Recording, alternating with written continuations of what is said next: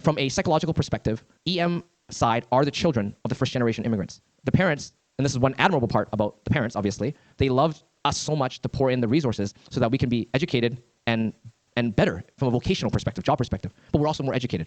That actually, if the church culture does not change, creates a strange conflict and dichotomy. Because in the church, in a Chinese church, you could be 40 and still like young.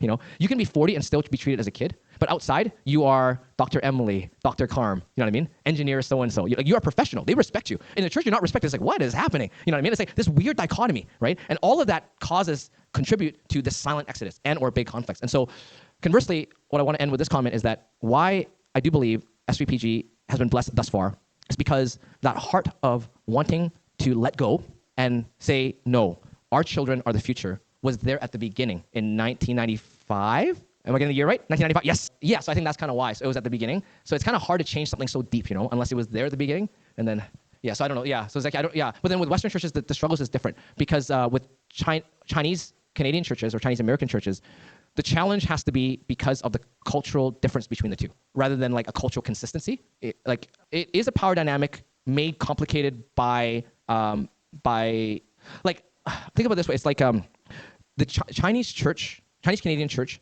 is often reflective of the Chinese family. So in a traditional Chinese setting, particularly dad, you can't contradict him. He's never wrong. He's never wrong.